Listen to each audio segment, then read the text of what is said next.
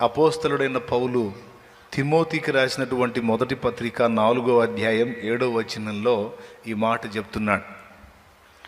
అపవిత్రములైన ముసలమ్మ ముచ్చట్లను విసర్జించి దేవభక్తి విషయంలో నీకు నీవే సాధకం చేసుకోనాయనా అన్నాడు. శరీర సంబంధమైన సాధకము కొంచెము మట్టుకు ప్రయోజనకరమగును కానీ దేవభక్తి సాధన అనేది ఇప్పటి జీవం విషయంలోనూ రాబో జీవం విషయంలోనూ వాగ్దానముతో కూడినదైనందున అది అన్ని విషయములలో ప్రయోజనకరమవును అని ఉంటుంది. ఆ అబ్బాయి తబలా బాగా నేర్చుకున్నాడు అనుకుందాం. ఈడ పనికొచ్చింది ఆ తబలా కొడితే. పరలోకంలో ప్రభువా నేను తబలా కొడతానంటే కొట్టినాయన అంటాడా? అవసరం లేదు. పరలోకంలో ఆయన తబలా ప్లేయింగ్ అవసరమా? ఇక్కడ పనికి వస్తుంది అది. కారు డ్రైవింగ్ నేర్చుకున్నాడు, ఇక్కడ దోల్తాడు కారుని. పరలోకంలోకి వెళ్ళిన తర్వాత ప్రభువా నాకు డ్రైవింగ్ బాగా